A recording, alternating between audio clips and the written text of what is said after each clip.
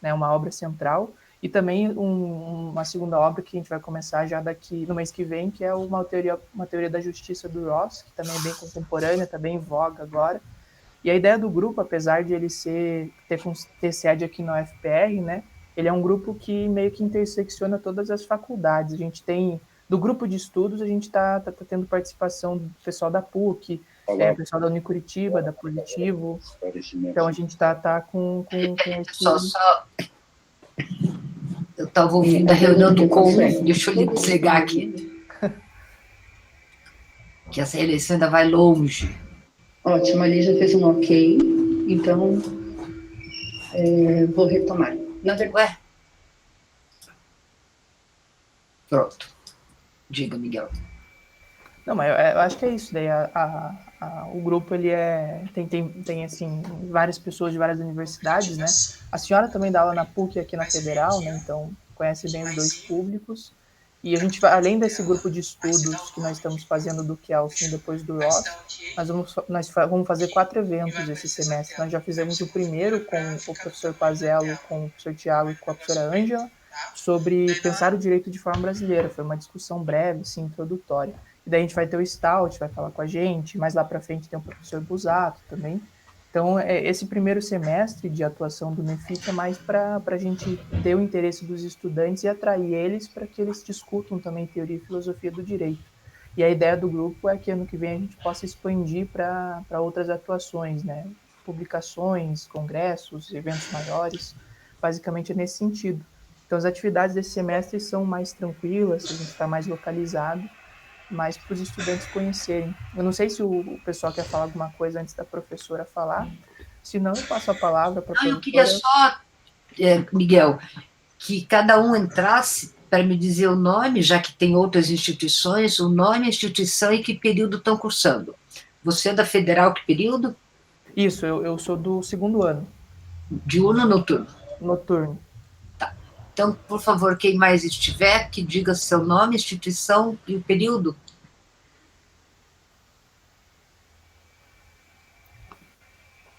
Boa tarde, eu me chamo Jonathan e sou da UFRN, aqui no URN Natal, e sou de filosofia, estou no 7º período de filosofia.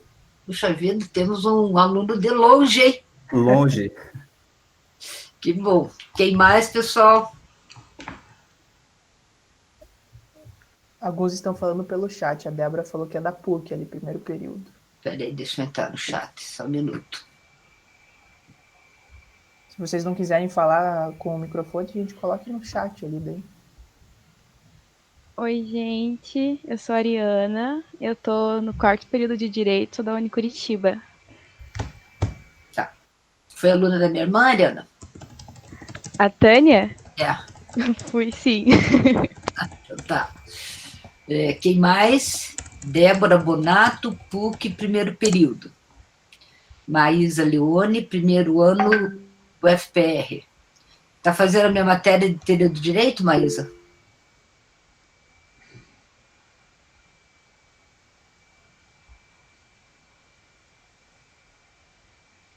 Tá. Pessoal, então, eu tinha combinado com o Miguel que a discussão se daria sobre o 5º capítulo do Kelsen.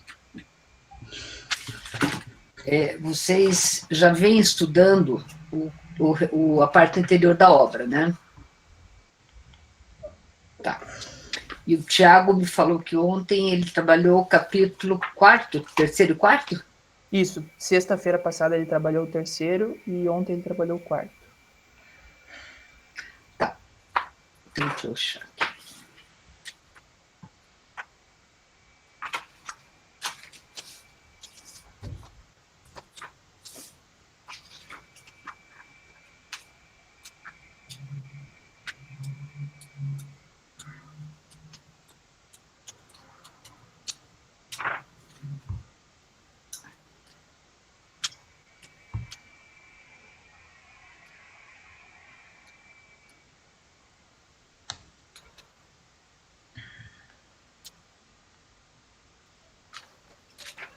Eita, que coisa.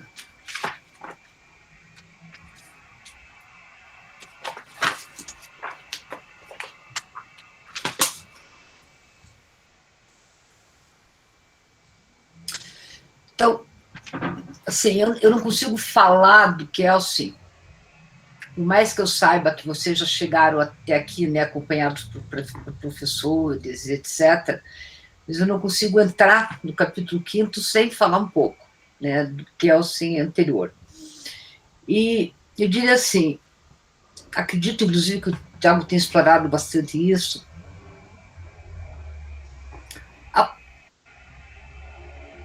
O contexto teórico do Kelsen é o contexto do neopositivismo lógico, né?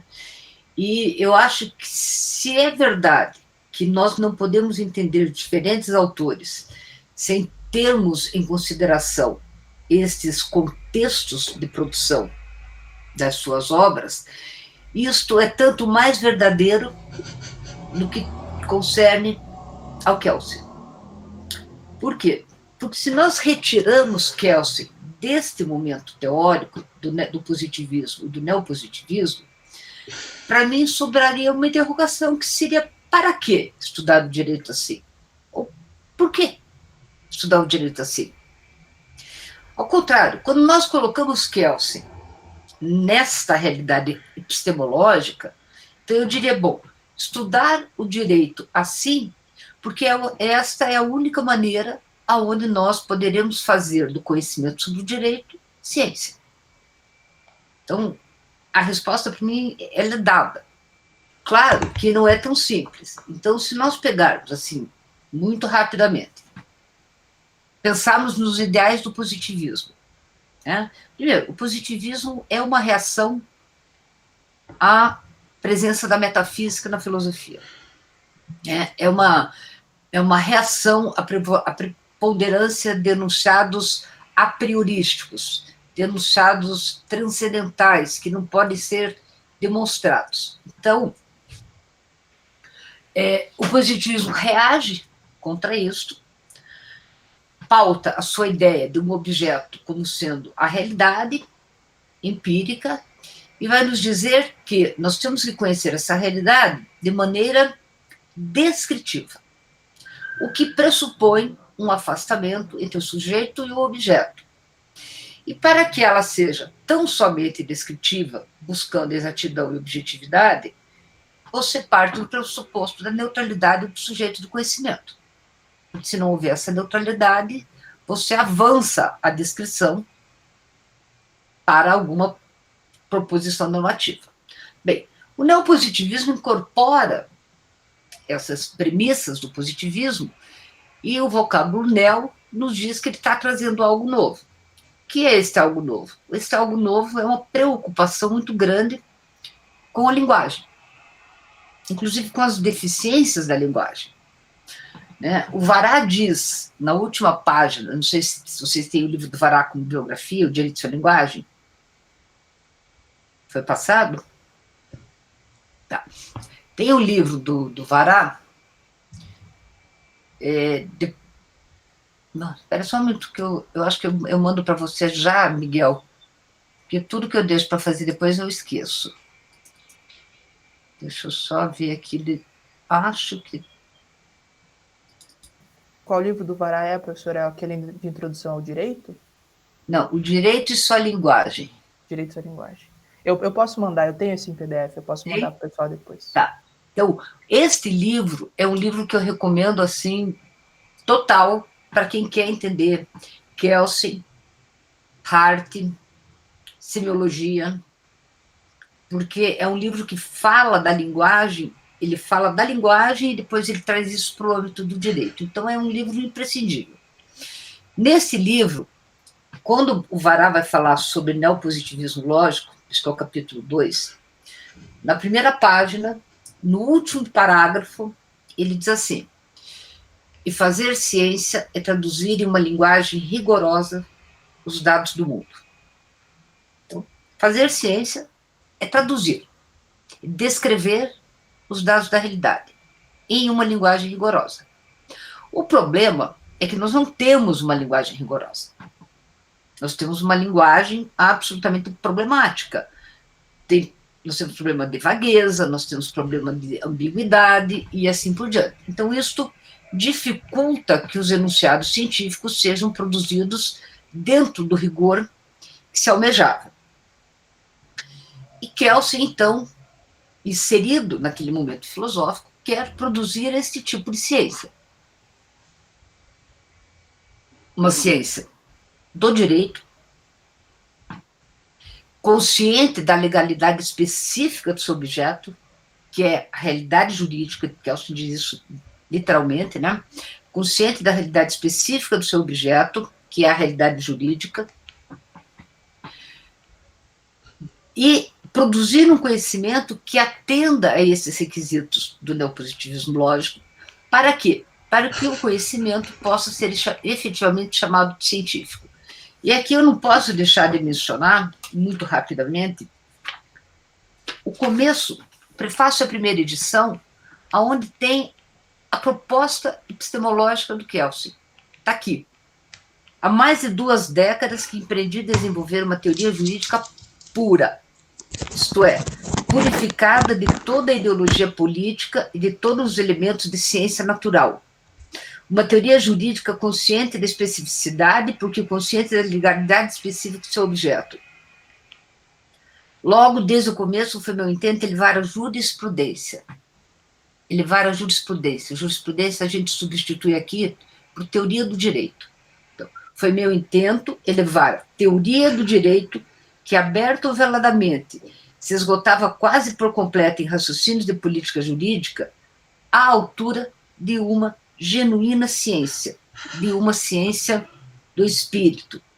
Importava explicar não as suas tendências endereçadas à formação do direito, mas as suas tendências exclusivamente dirigidas ao conhecimento do direito, e aproximar tanto quanto possível os seus resultados do ideal de toda a ciência, objetividade e exatidão.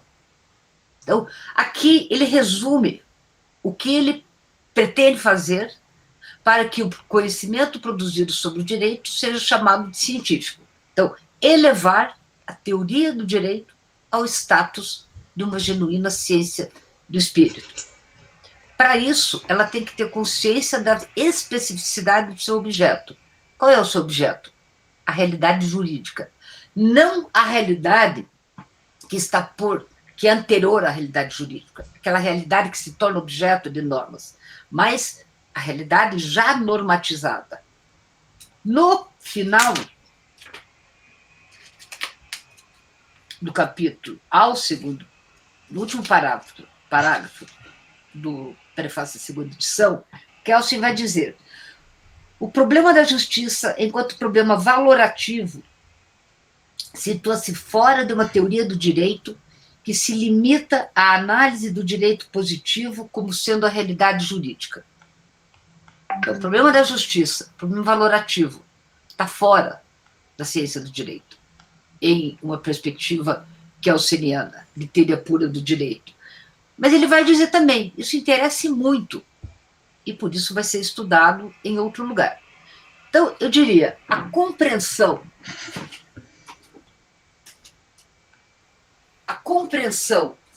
do que significa o princípio da pureza metodológica, ela é determinante para nós entendermos todo o pensamento de Kelsen.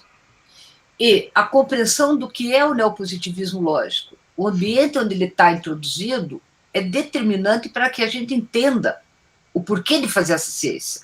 O porquê Kelsen quis fazer isso. Um outro comentário ainda que eu faria é que, na realidade, o que Kelsen faz é um reducionismo metodológico. Kelsen reduz a ciência do direito à teoria do direito. Então, vamos imaginar que o direito seja um objeto, né? E quando eu digo direito aqui, em Kelsen, eu estou falando direito posto, direito positivado. Certo? Este é o objeto. Então, vamos pensar o direito enquanto objeto e vários olhares possíveis. Eu olho este objeto a partir da economia, a partir da religião, da moral, da antropologia, da história, de N pontos de vista. Um deles é o ponto de vista, é o olhar da teoria do direito. Este olhar da teoria do direito é o olhar que Kelsen diz será a ciência do direito. E daí, então, Kelsen vai construir toda a teoria pura do direito, tendo em vista esses pressupostos. Bom, falando agora, né, Kelsen vai dividir a questão, o pensar a validade da ordem jurídica, em dois momentos. Um momento que ele chama de estática e um momento em que ele chama de dinâmica. Estática, o direito como um sistema de normas em vigor. Então, eu olho aquele direito que vige. As normas têm vigência em um determinado momento. Nisto, obviamente, eu posso perceber o conteúdo dessas normas jurídicas. E a dinâmica, o processo jurídico em que o direito é produzido e aplicado. Então, a estática, como o nome diz, eu tenho algo parado, eu tenho uma realidade dada, que tem um determinado conteúdo. A dinâmica, eu tenho uma realidade em movimento. Como é que o direito é produzido? Como é que o direito é aplicado? Como esse processo acontece? Né? E daí ele vai colocar o que fundamenta a unidade de uma pluralidade das normas, porque que uma norma determinada pertence a uma determinada ordem. Essa questão está intimamente relacionada com outra. Por que uma norma vale? O que é que constitui o seu fundamento de validade? Essa é a preocupação do Kelsen no capítulo. Tá? Vejamos o seguinte. Não existe uma teoria do direito.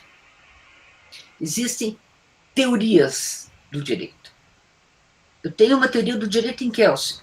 Eu tenho uma teoria do direito em Hart. Eu tenho uma teoria do direito em Bobbio, em Rawls, em Dworkin, dos mais novos agora que estão produzindo, né, no Valushov, no Andrei Marmor e assim por diante. Então, são várias teorias do direito, umas se aproximam mais dos seus conteúdos, outras se distanciam mais. Dessa mesma maneira, não existe um positivismo. A gente fala, o positivismo jurídico. O positivismo jurídico se divide em N positivismos. Mas quando a gente usa o rótulo, é claro que a gente tem que ter alguma coisa que faça a união entre esses diferentes positivismos para que a gente possa colocar o rótulo. O que unifica, ou pelo menos o que traz para perto esses diferentes positivismos? A adesão ao que eu chamaria de as duas teses centrais do positivismo. Primeira tese, a tese das fontes sociais do direito. Então, a fonte do direito está em um fato social que o produz, que o cria, que lhe dá origem. Está na sociedade. Então, adotar ou pensar o direito de uma maneira positivista significa eu excluo quaisquer considerações dos naturalistas, por exemplo. Eu excluo qualquer possibilidade de pensar o direito buscando uma fundação última para ele, um ato de correção última da norma. Isso não existe no positivismo. Então, a tese das fontes sociais do direito me diz, o direito é produto de um determinado momento histórico, espacial, que está se apresentando às pessoas da maneira A, B ou C. Tá? Então, tese das fontes sociais. Tese da separabilidade entre o direito e a moral. Nós temos a moral e nós temos o direito. Quando eu digo separabilidade, eu estou dizendo que eles não se comunicam? Que eles não são interdependentes? Que a moral não perpassa o direito e vice-versa? Não, não é isso que eu estou dizendo. Obviamente, o direito reproduz os padrões morais. Obviamente, os diferentes sistemas jurídicos vão normatizar condutas morais vivenciadas pela sociedade, transformando essas condutas também em objeto de uma norma jurídica. Então, que a moral esteja presente no direito é induvidoso. Que o direito também pode determinar a moral, uma relação de interdependência, também eu diria, é claro. A questão que se coloca é necessário que o direito vá ao encontro da norma moral? Não. Aí está a ideia da separabilidade. Significa, eu posso ter uma norma jurídica que seja completamente contrária a um determinado padrão moral vigente na sociedade. E ainda assim, essa norma ser válida. Por quê? Porque eu não condiciono a validade da norma à correspondência à moral, à religião, à história, aos costumes. Não. Então eu vou dizer, em Kelsen, o sistema jurídico kelseniano é fechado e autorreferente. O que significa isso? Fechado. É autorreferente. Ele busca dentro dele mesmo a sua condição de validade. Então, quando eu falo em separabilidade entre direito e moral, é isso que eu estou falando. Eu não busco na moral a validade do direito. Eu não busco na religião a validade do direito, ou não sei aonde. Eu busco no próprio direito. O direito olha para si mesmo, para dentro de si, e lá ele encontra os fundamentos de validade das normas jurídicas. Ele é fechado. Por quê? Porque ele não vai buscar nada de fora, nem na moral, nem na religião, nem na economia, nada. Então, o sistema é fechado e autorreferente. É aqui que se dá o fundamento de validade. Então, nós temos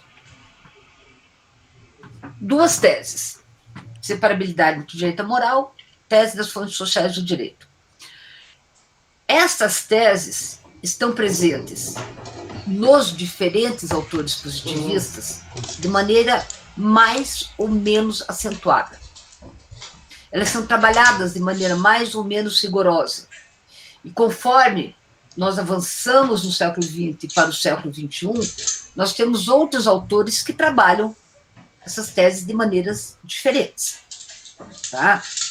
Hart e Kelsen, por exemplo, trabalham isso de maneira diferente. Kelsen, nós dizemos, é um positivista exclusivista. Significa, ele exclui qualquer possibilidade do direito buscar, fora do direito, a sua fonte de validade. Hart é um positivista inclusivista. Hart admite a hipótese, ele não diz que deve ser, mas ele admite a hipótese da regra de reconhecimento trazer como critério um princípio moral. E daí, então, ele traz a moral para dentro das condições de validade da norma. Mas isso é um outro assunto, né? Em Kelsen, o que eu tenho é isso. É um sistema fechado, autorreferente. Bom, um autor como Dworkin disse que o positivismo, para o positivismo, a validade seria, em última análise, um teste de pedigree. Já ouviram falar isso? Hein, pessoal? Já ouviram falar isso? Teste de pedigree por quê? O que você faz quando você faz um teste de pedigree no animal? Um pet? Você busca a origem. Não é verdade? Você busca a origem do bichinho, a linha genealógica, para ver a raça, a pureza, e etc. No caso do direito, nós vamos buscar a origem da norma jurídica, para ver a autoridade que produziu a norma jurídica. Então, o Dworkin disse assim, bom, o positivismo reduz o problema da validade a uma questão de autoridade. É mais ou menos isto que nós vamos encontrar nesse capítulo 5, quando Kelsen fala sobre dinâmica. É uma questão de autoridade. Então, veja, no capítulo 3,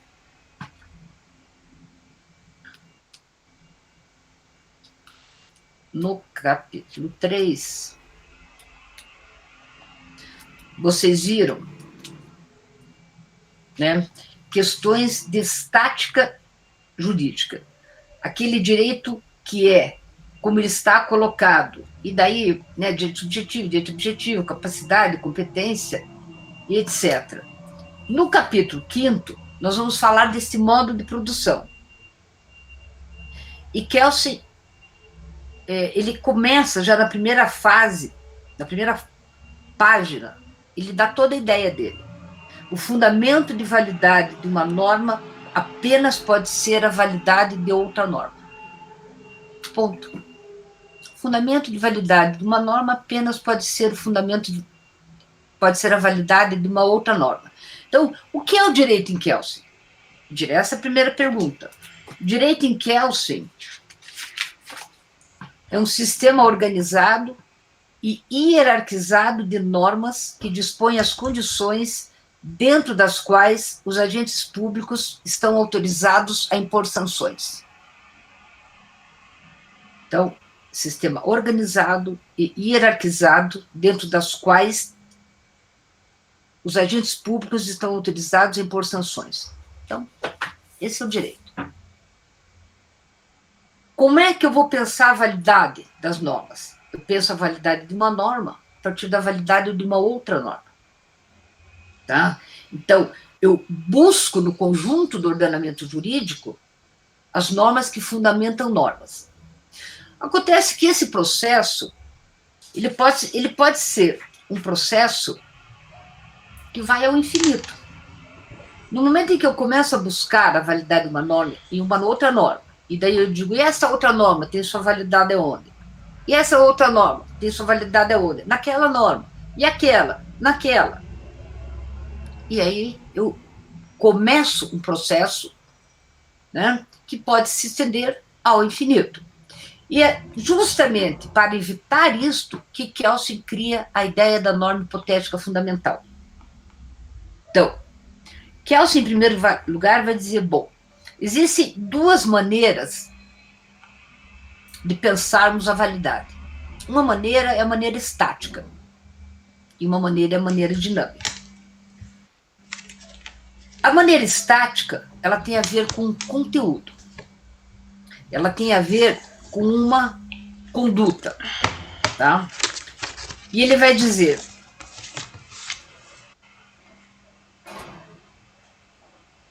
na página 217, por exemplo, normas. Não devemos mentir. Não devemos fraudar. Devemos respeitar os compromissos tomados.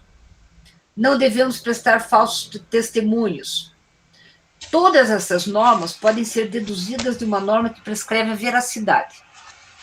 Então, eu busco a validade de uma norma, em outra norma, até que eu chegue em um momento em uma norma geral, que prescreve a veracidade como condição de sentido das normas jurídicas. E daí todas as outras, essas normas que eu falei, não prestar, não desrespeitar os compromissos tomados, não prestar falso testemunho, não fraudar, etc., eu deduzo logicamente desta norma fundamental que prevê a veracidade. Isto, sob um ponto de vista da estática, um sistema de normas cujo fundamento de validade e conteúdo de validade são deduzidos de uma norma pressuposta como norma fundamental é um sistema estático. O princípio segundo o qual se opera a fundamentação da validade das normas desse sistema é um sistema estático. Mas não é essa a grande preocupação do Kelsen. A grande preocupação do Kelsen é com o sistema dinâmico, tá? Que ele vai buscar, em última análise, a autoridade criadora da norma.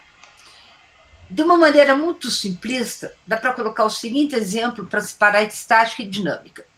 Um filho pergunta ao pai, por que eu devo ir à escola? O pai responde, você deve ir à escola porque a escola é um instrumento, é um espaço de socialização, onde você vai começar a se inserir no mundo, formar laços de amizade, definir comportamentos e adquirir uma bagagem de conhecimento necessária à sua formação. Essa seria uma resposta estática, digamos. Ou, sob um ponto de vista dinâmico, o pai diz: você vai à escola porque eu estou mandando. Autoridade. O pai está mandando que vai à escola e vai, ponto. Por isso. O que dá ao pai autoridade para fazer isso?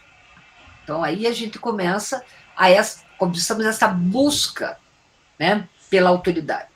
Aqui, no começo da página 19, página 20, até 23, o Kelsen já vai praticamente dizer o que ele tem a dizer sobre a norma hipotética fundamental. Ele vai dizer o seguinte: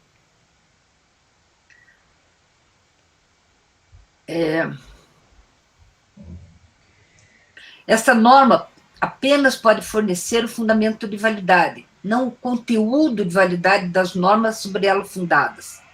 Essas normas formam um sistema dinâmico de normas. O princípio segundo o qual se opera a fundamentação da validade das normas é um princípio dinâmico. E aqui está a resposta.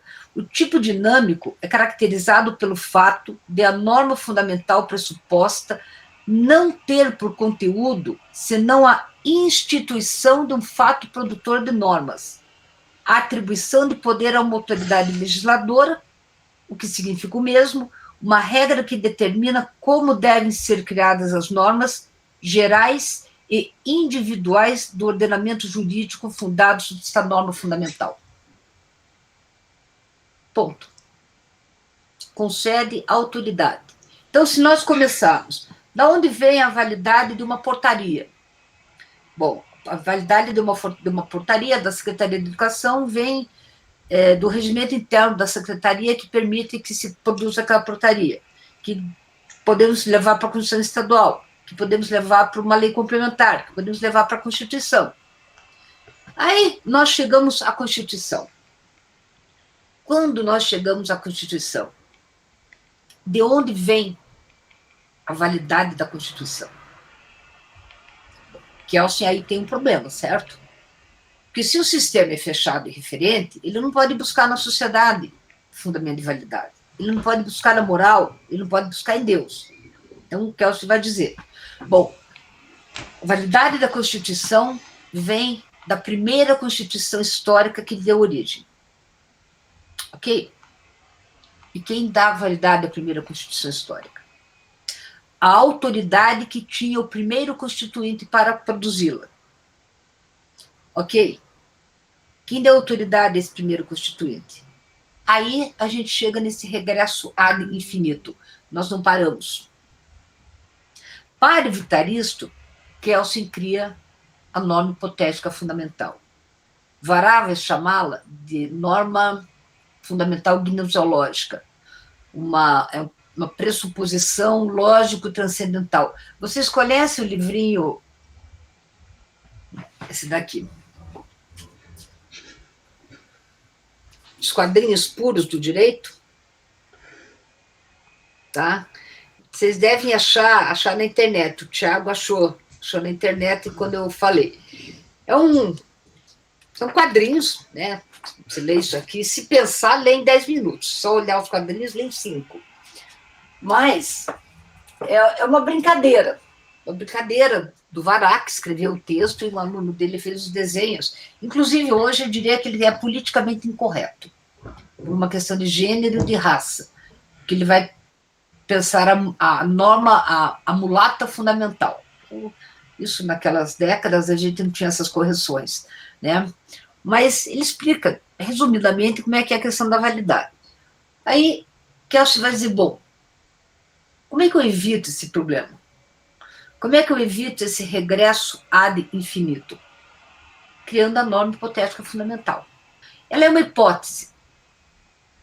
Na segunda edição do Teoria Pura, em 63, ele vai mudar e vai dizer que ela é uma ficção. Uma ficção. É algo que eu tomo como existente para, a partir daí, deduzir a validade de todas as normas jurídicas.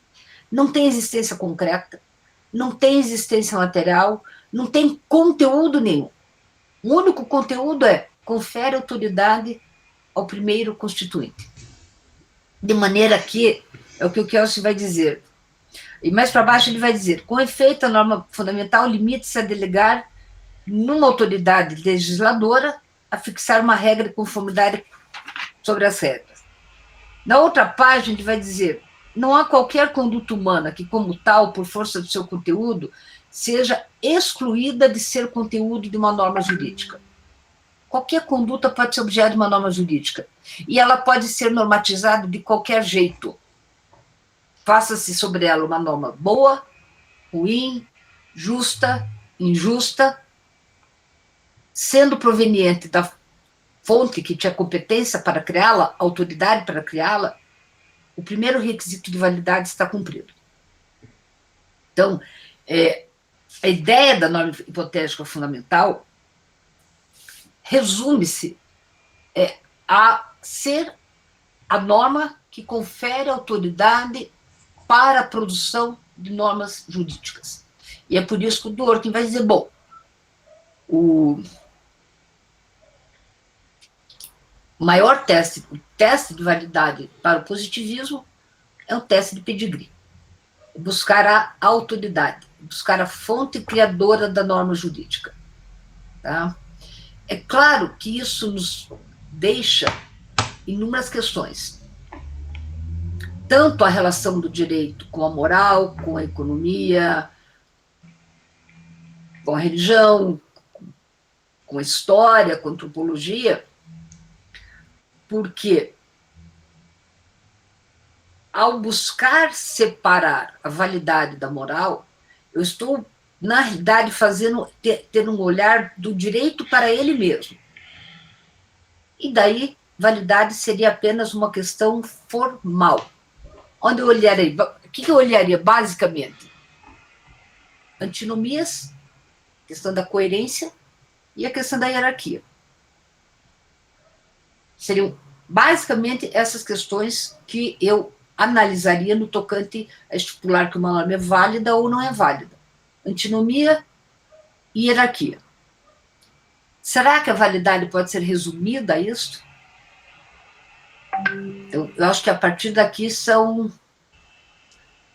Pessoal, só um minuto. Eu não sei por que o meu computador, eu tinha desligado que o WhatsApp ficasse apitando. Agora ele voltou a apitar, eu tenho que ir de novo ver como é que faz. Só um minutinho, pessoal.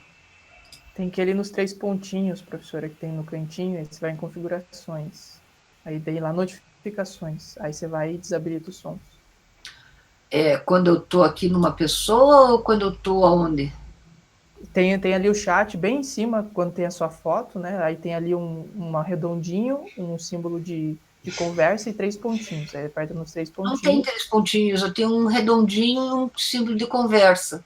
Era para estar do lado do símbolo da conversa, os 3 pontinhos. Daí ia nas configurações. Configurações. Ou se for no Chrome, você aperta o botão direito e daí aperta desativar som no site. Também dá certo. Não, eu estou no Firefox.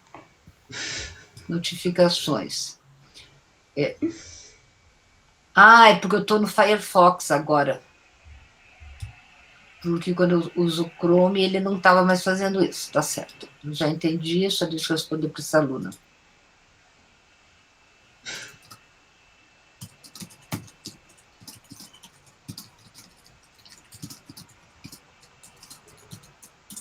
Pronto. Então, onde eu estava? Bom, então, a partir dessas noções, é que eu acho que nós podemos pensar e problematizar, que eu acho que é o X da questão, né, a norma hipotética fundamental como um critério de validade. Eu acho que o que eu queria falar era isso, pessoal. Acho que agora a gente pode discutir, né, tornar isso mais dinâmico. Excelente, professora. Tem uma pergunta aqui do Chemin. Ele perguntou, professora, com essa regressão infinita, essa norma fundamental não iria parar em um princípio justnaturalista, algo nesse sentido? Não. Veja, Luiz Felipe,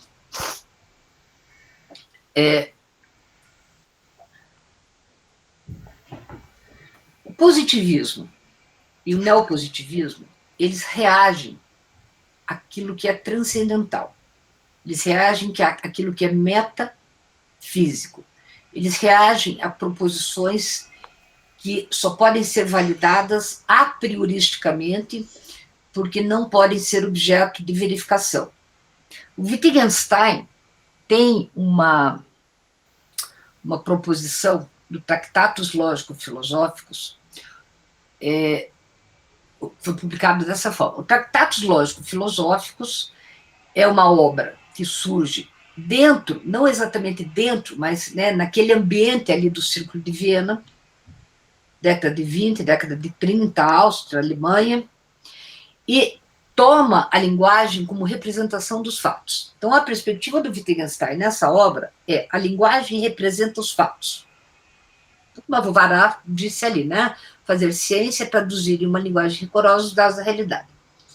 E o Wittgenstein tem uma proposição nesse livro que ele vai dizer o seguinte: sobre aquilo que não é possível falar, é necessário calar. Então eu perguntaria, sobre o que não é possível falar? Sobre o que é possível, e daí não sendo possível falar, é necessário calar. Por exemplo, a existência de Deus.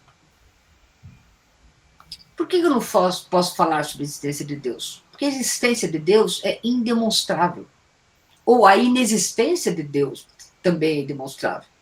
Então, se eu não posso demonstrar que Deus existe ou não existe, eu não posso falar sobre isso dentro da ciência. Eu posso falar sobre isso dentro da religião, mas não dentro da ciência. Tá? Aí, eu diria, pode parecer paradoxal à primeira vista que Kelsen, que reage então a essa metafísica, etc., vá pensar, vá criar uma categoria de pensamento para resolver o fundamento da validade. É bem isso, é o calcanhar d'Aquiles do Kelsen. Por quê? Porque ele sai do ordenamento jurídico não para o justnaturalismo. Ele se volta para o pensamento. E aqui é conceitual, não tem o que fazer, é conceitual. Ele cria uma categoria de pensamento, uma hipótese de pensamento, depois ele vai dizer que é uma ficção que estabelece uma norma hipotética fundamental que concede autoridade para a produção de normas jurídicas.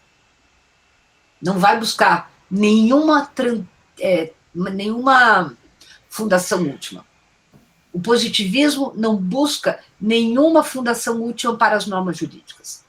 Nem a moral, nem Deus, religião, nem natureza, não. Então, essa norma fundamental não iria parar em princípio justnaturalista? Não. Ela é tão somente uma categoria de pensamento. É uma hipótese. Tá? O Tiago ontem me deu um exemplo, que eu gostei do exemplo que ele deu. Ele diz assim, imaginem toda a instalação elétrica de uma casa.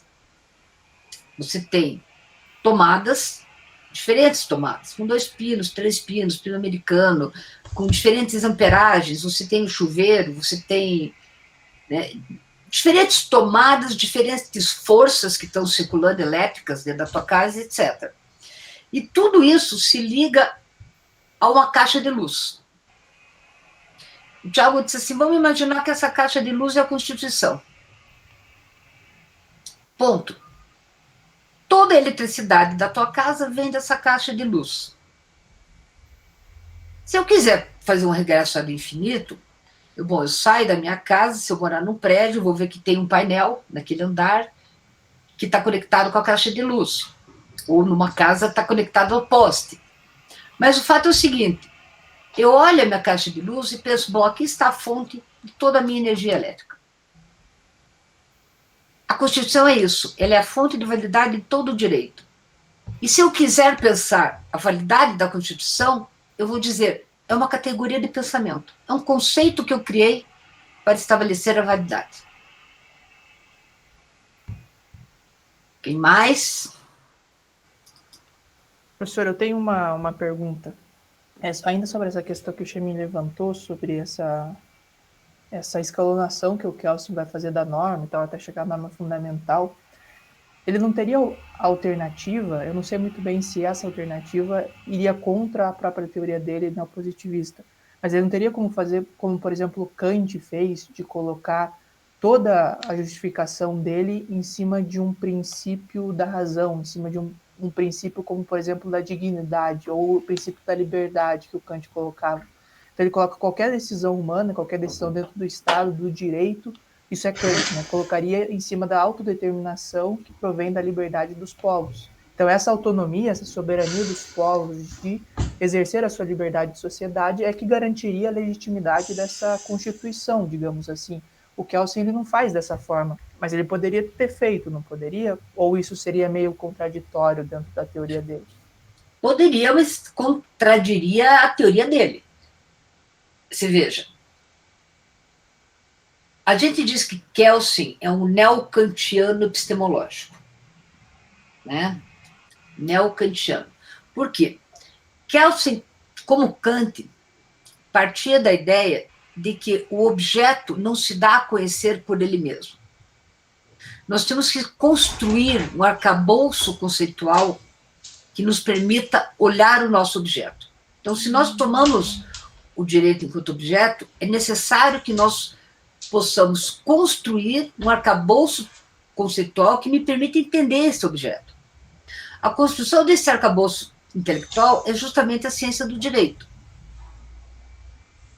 Ela vai construir isso. Veja, Kant é um justnaturalista filosófico, é um justnaturalista racionalista. Ele está colocando dentro do sujeito, né, a liberdade para auto-aprender ou tomar conhecimento a partir dele do imperativo categórico. Daí usar o imperativo categórico como uma máxima de conduta. Tá? Mas Kant é um justnaturalista. Então, esta parte, digamos assim, de Kant, o Kelsen não vai tomar. O que Kelsen vai levar em consideração é essa ideia de que o objeto é um objeto construído pela ciência. Eu crio um arcabouço teórico que me permite ler este objeto. E daí, então, a norma hipotética fundamental não está no sujeito, como imperativo, e não está nos fatos sociais. Não tem conteúdo, no sentido dinâmico, que é o sentido que interessa ao Kelsen.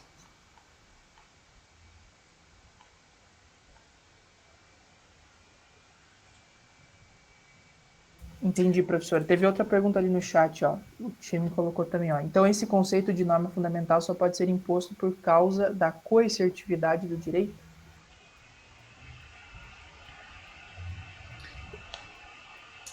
Não. Veja, a norma fundamental, ela não é imposta. Tá?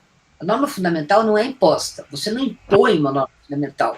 Você concebe, você cria um conceito como se fosse um conceito da matemática ou lógica.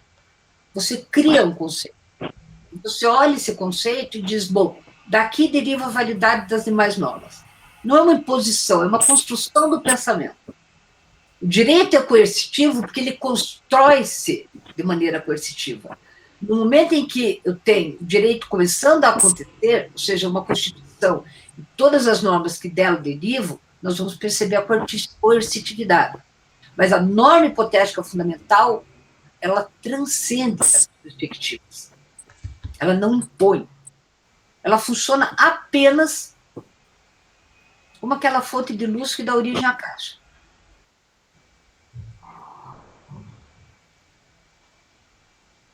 Professora? Diga. Seria mais ou menos como pensar o que seria o estado de natureza nos concretualistas?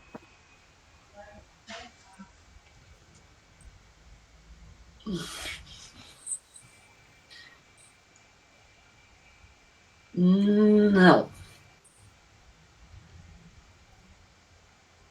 No estado de natureza, você tem, digamos assim, você tem uma comunidade de homens, não vamos chamar de sociedade, você tem um aglomerado de pessoas que convivem entre si sem regras. Né? O Luciano Gruppi, filósofo italiano, eu lembro quando eu li o Leviatã, 30 anos atrás, vai dizer o seguinte: no estado de natureza, o homem é o lobo do próprio homem. Todos podem tudo, e justamente por isso, nem todos podem muito, né? Então, o estado da natureza, ele pressupõe qualquer regra, ele pressupõe a inexistência de regras. Quando você, ficticiamente, sai do estado da natureza para a sociedade civil, aí você está inaugurando uma ordem jurídica. Qual é a fonte dessa ordem jurídica? Quais são os poderes que a constituem? Vamos imaginar que a norma hipotética fundamental exista no pensamento que as pessoas atomem como uma ficção que diga, bom, agora nós vamos constituir a nossa primeira Constituição histórica. Eu entendi. É porque eu tinha pensado tinha ficado naquela situação, porque o Hobbes até admite, né, que o estado da natureza nem pode nem ter existido. Era uma pura hipótese que a gente pega para construir algo em cima dela, mas... Exatamente. Quando o Hart vai falar no conceito de direito, lá no capítulo 5º do conceito de direito,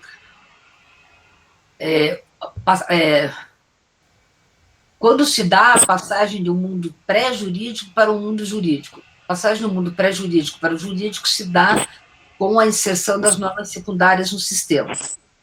O Hart não diz nada historicamente sobre o mundo pré-jurídico, ele não localiza tal espaço-tempo, tal espaço, requisitos, como se dá efetivamente a organização. E ele também não diz como se dá a inserção no sistema das normas secundárias. Então, é mais um pressupor para, a partir daí, tentar entender o desenvolvimento da sociedade. Professora Daniele, eu não cheguei a reler o livro, eu li ele ano passado, então eu vou perguntar. E estou lendo Hobbes agora, Leviatã, então meio que vai na diagonal. Não sei se esse é o pensamento correto. Eu estava assistindo, eu acho que era The Big Bang Theory, e foi ali que eu entendi o que significava para Kelsen essa tal dessa norma hipotética fundamental. Porque é algo que seria como se estivesse no etéreo. Estudando física, eu fiz direito, tá, gente? Mas estudando um pouco da física e a própria física quântica, que eles buscam determinadas coisas e tal, existe um ponto zero na física e existe o ponto que se estuda a partir desse ponto zero, que é a partir do todo. De onde surgiu o todo? Surgimos do menor, eu vou chamar de átomo, mas tem o menor, tem o quartos e tem outras coisas. Então, do menor átomo, vou chamar de átomo, do menor átomo, ele vai se ligando e vai juntando e vai fazendo tudo que temos e tudo que somos e o que vemos. Então, essa norma hipotética fundamental, ela não é algo material, eu entendo ela como algo imaterial, algo que está até mais invisível até do que o nosso próprio pensamento, porque o nosso pensamento, ele ainda é material, ainda que seja só para nós, porque ele passa. Existe uma onda eletromagnética que passa, que ela é material, ela só não é visível pelos nossos olhos. Então, eu penso que a norma hipotética fundamental seria algo mais etéreo e algo possivelmente parecido com Deus, que a gente... Mas não seria, não era isso, não. Mas seria algo mais etéreo, algo que não é muito visível. Que a base Veja, dela... ela não é visível porque ela não tem materialidade. Isto não a leva a ser, digamos, invisível nesse sentido de Deus. Porque eu acho assim, tem que ficar claro que para o positivismo não existe um fundamento último de autoridade no direito. Da mesma maneira, quando vocês forem estudar a interpretação do Kelsen, lá no capítulo, né, no final do livro, no capítulo 8º, a interpretação, vocês vão ver que não existe a verdade última em interpretação. Não existe uma fundamentação última para a decisão judicial. Então, essa ideia de fundamentação, essa ideia de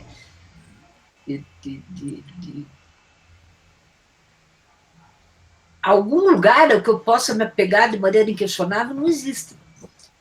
A norma hipotética fundamental é tão somente um conteúdo que cria autoridade para que daí se possa produzir o direito. Isso é algo ainda etéreo, ele não é visível, porque muitas pessoas, quando leem Hans Kelsen, quando leem qualquer outra coisa, outros livros e outros autores, pensam em algo material, como se fosse a Constituição dar validade para o resto. Não, mas é a norma hipotética fundamental, não é a Constituição. A norma hipotética fundamental está acima da Constituição, mas ela não tem um nomezinho. A Constituição está fundada nessa norma hipotética fundamental, nessa... A validade da Constituição deriva da norma hipotética fundamental. E existem pessoas que ensinam que a Constituição é a norma hipotética fundamental. Eu falei, gente, não é possível. Porque é algo que, como não é material, para o estudante de direito, eu fui aprender logo depois que eu fui fazer de especialização e tudo, que não é isso. A norma hipotética fundamental não é algo como esse copo. Eu não posso pegar e dizer isso aqui é a norma hipotética fundamental. Isso daqui, na realidade, é o que derivou dela. Não é algo material. Então, não tenta buscar, porque não vai achar. É por isso que os físicos Pessoal, eu diria o seguinte, é um pressuposto. É um pressuposto. Você pressupõe. Ou depois, na década de 60, ele vai dizer assim, é uma ficção. Imagina, a norma hipotética é uma ficção. Eu parto do princípio de que existe uma norma hipotética fundamental que dá validade à Constituição. Ponto. O que eu acho, digamos assim, que está imbuído, né, que está dentro de todas as questões, é que o positivismo reduz a questão da validade a uma questão de autoridade. Portanto, a questões formais. Portanto, todas as nossas compreensões de interpretação da Constituição hoje extrapolam em muito uma análise de validade feita no ambiente do positivismo. Não é verdade? Como é que eu vou interpretar uma legislação infraconstitucional em relação à Constituição? Ou mais, como é que eu vou interpretar um princípio constitucional em relação a outro princípio constitucional quando eles estiverem em desacordo? Autonomia privada, direito à intimidade, liberdade de expressão, liberdade de imprensa, uma biografia não autorizada, os princípios constitucionais que estão em choque aqui. Como é que eu interpreto um em relação ao outro? Se eles estiverem no mesmo plano de validade, e o mesmo agente produtor, foram objeto de um procedimento legislativo adequado. Então, assim, o positivismo tentou reduzir a questão da validade a uma perspectiva sintática. Normas relacionadas a outras normas. Sem trazer para análise a questão dos conteúdos. Mas isso não é possível. E como a gente se manter aqui? Por isso que eu digo, no fundo, a questão da norma hipotética fundamental é uma das questões, digamos assim,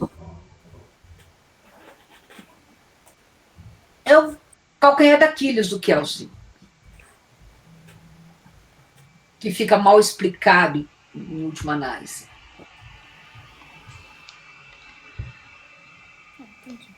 Então foi mais ou menos no sentido do que eu pensava mesmo.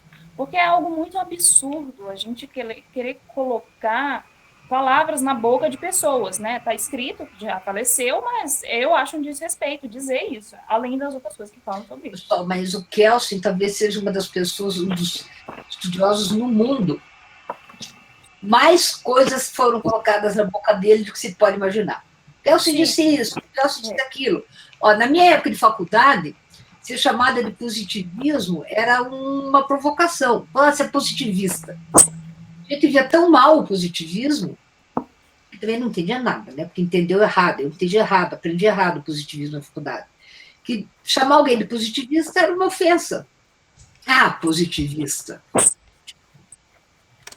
Nada a ver.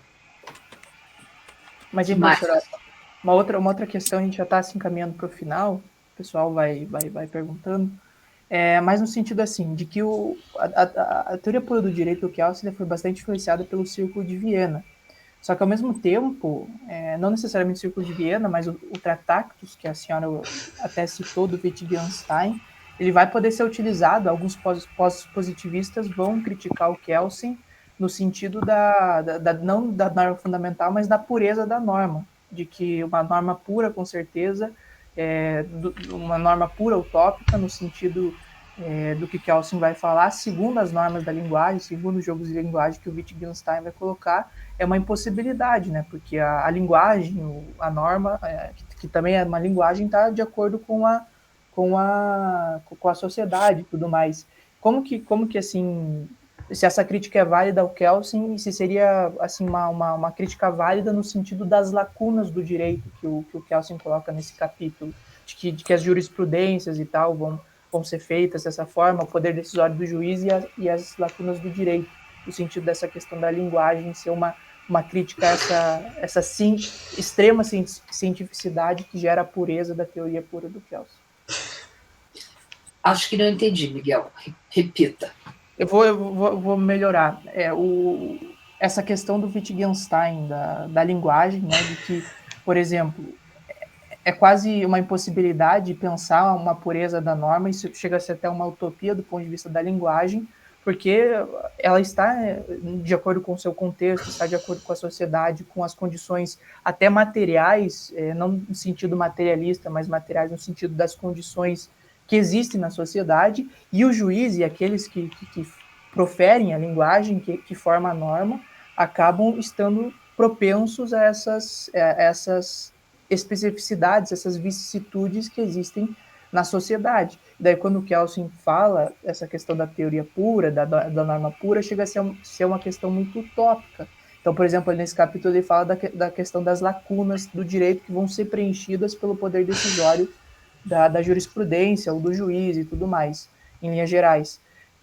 Essa ideia do Wittgenstein, que até mesmo, não sei se ele bebe muito no teoria pura, do Wittgenstein especificamente, não poderia ser utilizada até como uma crítica que os pós-positivistas podem fazer à norma dele, no sentido da pureza da norma, dessa impossibilidade? Veja bem, pureza da norma jamais, Miguel. A norma não é pura. O que é puro é a teoria. E isso tem que ficar bastante claro. O direito é perpassado por padrões morais, por interesses econômicos, por dogmas de fé, né? E assim por diante. Então, o direito jamais é puro, o direito jamais é neutro. É a teoria do direito sob o modelo kelseniano que se apregou a pura. É uma leitura distanciada do seu objeto. O objeto é o direito posto, positivado, o direito produzido pelo Estado. Esta é a especificidade. Este é o objeto da ciência do direito. Ele não é puro. Ele não é neutro. A ciência vai ser. Tá? Mas daí a linguagem ela não poderia ser utilizada para criticar essa pureza da própria ciência, porque a ciência é feita diretamente por meio da linguagem. E a linguagem ela está de algumas tem problemas. Tem problemas, exatamente, está ligada com as questões. Então, o neopositivismo reconhecia o problema das linguagens naturais, e é por isso que, por exemplo, o neopositivismo lógico vai pretender criar uma linguagem artificial que pudesse exprimir os resultados da ciência. Tá? Então, uma linguagem baseada nos algoritmos da lógica e da matemática. Seria essa linguagem que seria a linguagem a ser utilizada pelo cientista. Uma linguagem desprovida, né, descontaminada daqueles problemas que a linguagem natural tem em geral.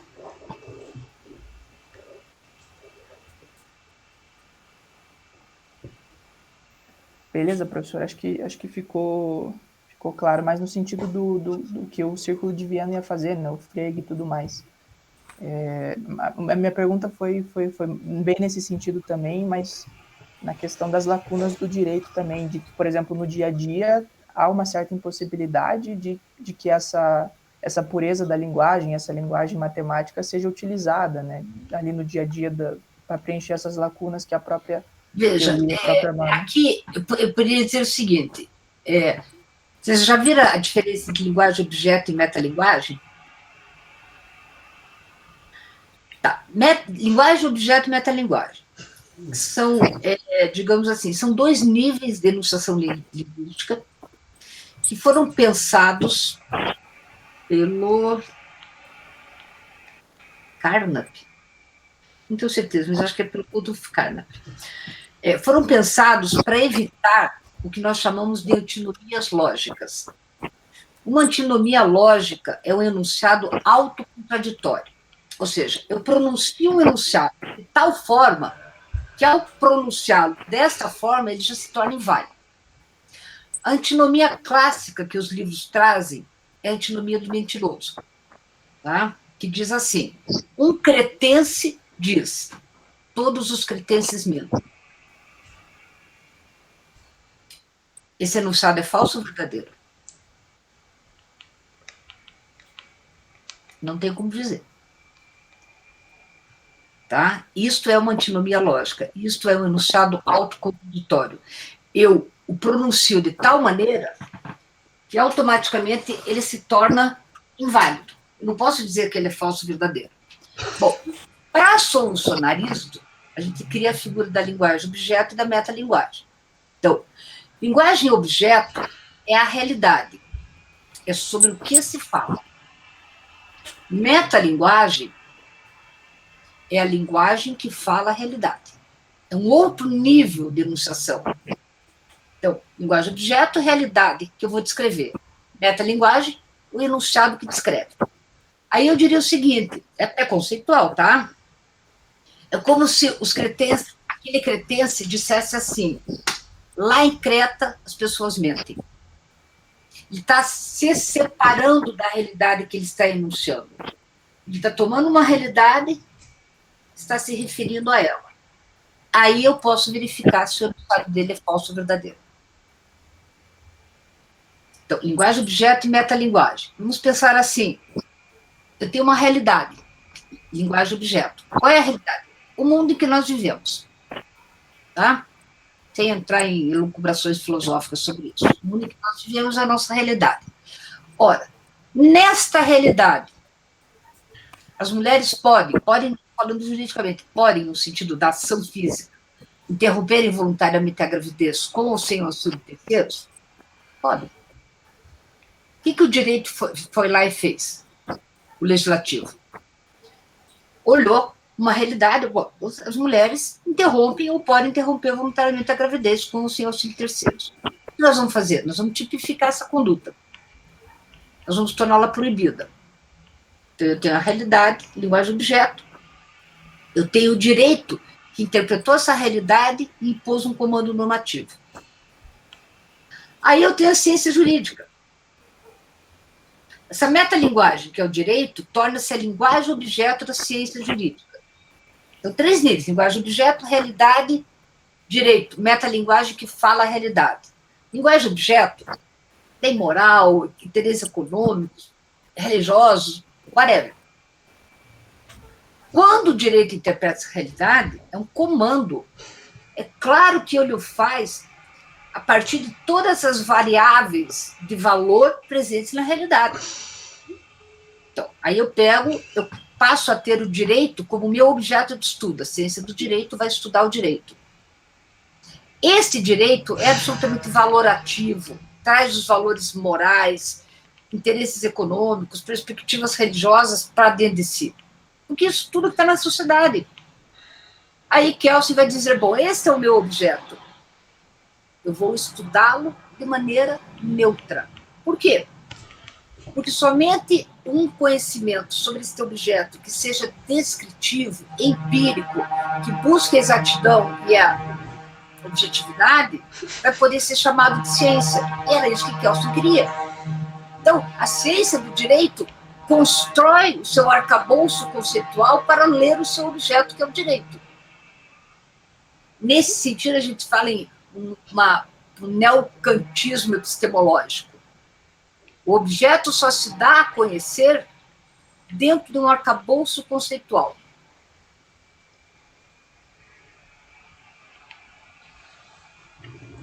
Entendi, professora. Ficou bem mais claro.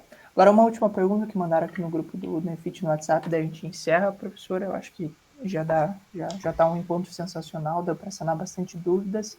É se necessariamente o juspositivismo do Kelsen vai anular assim, qualquer outra alternativa jusnaturalista.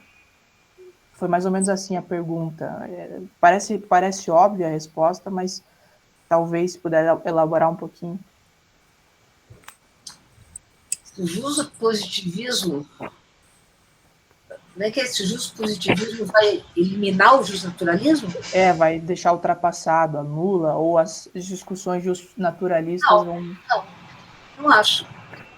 Veja, pessoal,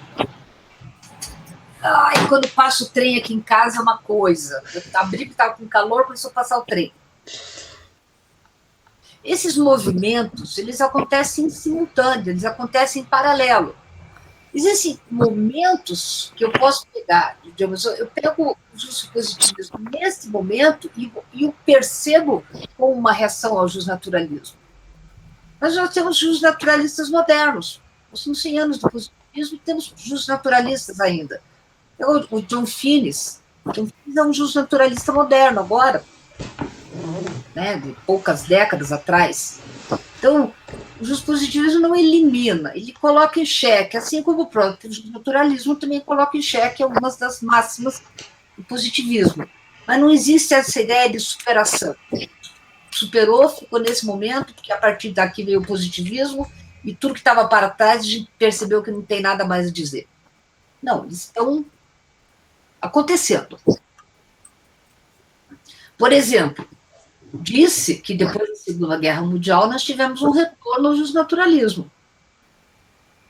O direito nazista era direito?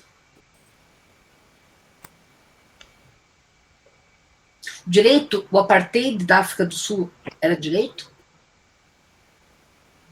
O justnaturalista vai dizer não. Tem um texto, pessoal, tem um livro, já tem traduzido em português, tá? Do Carlos Santiago Nino, que eu acho que a tradução em português ficou Introdução à Análise do Direito. Quem é rápido aí no Google, dá uma busca para ver se é isso mesmo.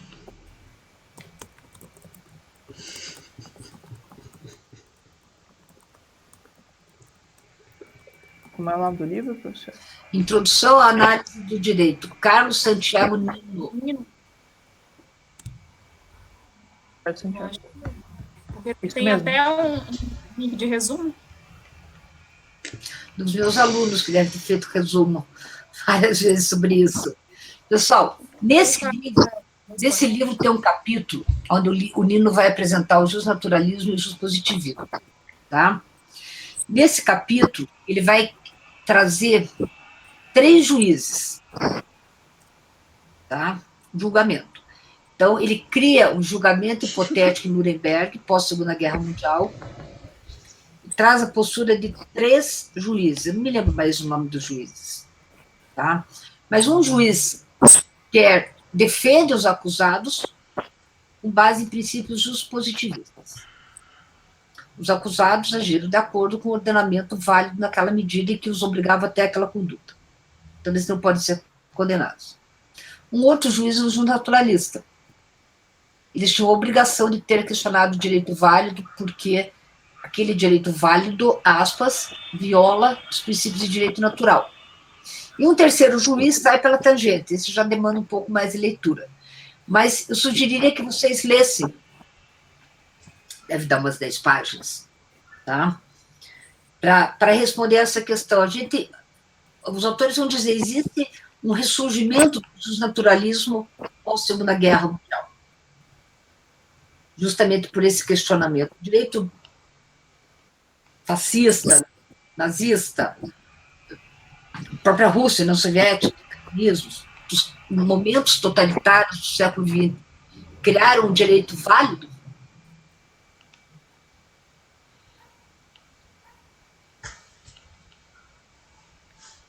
Mais? Excelente, professor. Eu acho que, não sei se tem mais alguém vai perguntar, então acho que já estamos quase estourando o tempo. Acho que dá para encerrar. Não sei se a professora quer falar alguma coisa, algumas palavras finais, senão a gente já... Pessoal, dizer que foi um prazer, e é um prazer saber que tem alunos preocupados em entender de verdade o que é puro do direito. Isso realmente, eu, como professor de teoria do direito, né, há quase 30 anos, realmente me sinto feliz de saber do interesse de vocês pelos autores da teoria do direito. Só posso desejar que esse interesse permaneça e que vocês continuem. Sobre Rawls, eu não tenho muita coisa a